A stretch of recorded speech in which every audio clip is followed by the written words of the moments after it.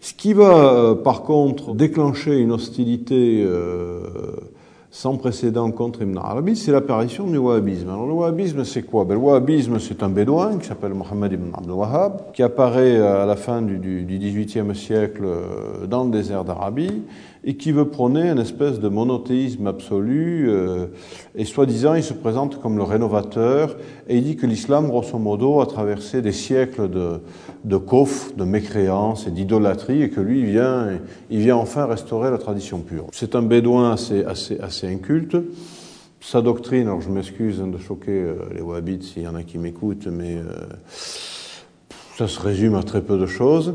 Et surtout, ce qui est extraordinaire, c'est qu'il va pratiquement traiter toute la communauté islamique de mécréants. Et non seulement il va traiter la communauté islamique de mécréants, mais il va joindre le geste à la parole, c'est-à-dire qu'il va combattre et tuer des descendants du prophète, les chiites, les soufis, les tenants des écoles islamiques qui existent depuis 14 siècles, et il va s'appuyer pour ce faire sur la doctrine d'Ibn Taymiyyah.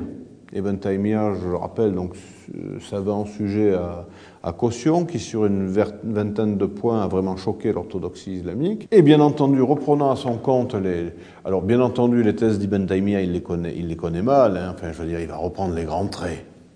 Et parmi ces grands traits, il y a l'hostilité au soufisme et l'hostilité en particulier à Ibn Arabi. Alors quand je dis l'hostilité au soufisme, en ce qui concerne Ibn Taymiyyah, c'est pas vrai. Parce que Ibn Taymiyyah a fait lui-même des ouvrages sur le tasawwuf. Mais Mohammed ibn Abdel Wahhab va étendre l'hostilité qu'avait Ibn Taymiyyah pour Sayyidina Muhyiddin, il va l'étendre à tout le soufisme. Donc il va jeter le bébé l'eau du bain, condamner absolument tout le soufisme sans aucune distinction possible. Et aujourd'hui, on voit bien que l'hostilité au soufisme, qui est quand même relativement récente, puisque dans l'orthodoxie sunnite, auparavant, la plupart des grands ulamas, des grands savants, avaient eux-mêmes des attaches avec le soufisme, eh bien, elle a son fer de lance dans cette doctrine récente qui ne doit, il faut bien le dire, son succès qu'au pétrodollar. C'est-à-dire que si le wahhabisme avait été une secte comme l'islam en a connu tant, et n'était né dans le désert du Neige qu'au XVIIIe, il aurait probablement connu le sort qu'ont connu toutes les sectes islamiques, c'est-à-dire, mais il aurait vécu 20, 30, 50 ans, un siècle peut-être, et puis il aurait été décimé. Donc, ce qu'on peut dire, c'est qu'en gros, il y a deux grands détracteurs, hein.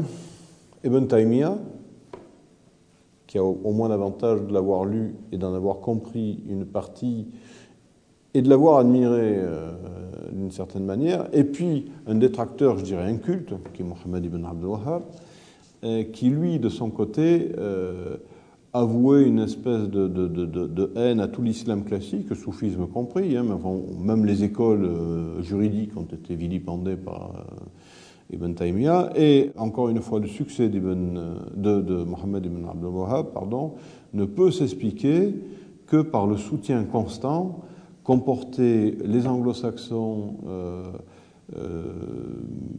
à cause d'abord de la route commerciale des Indes et puis après à cause du pétrole, le soutien constant et sans faille qu'ont apporté les anglo-saxons à cette petite secte qui n'a dû son développement finalement qu'à un deal avec une famille régnante qui sont les Al Saoud, qui ont donné leur nom à l'Arabie Saoudite, et laquelle famille a protégé cette secte virulente et très agressive, et ils ne les ont protégés que pour des raisons financières et politiques. Voilà ce qu'on peut dire en quelques mots, hein.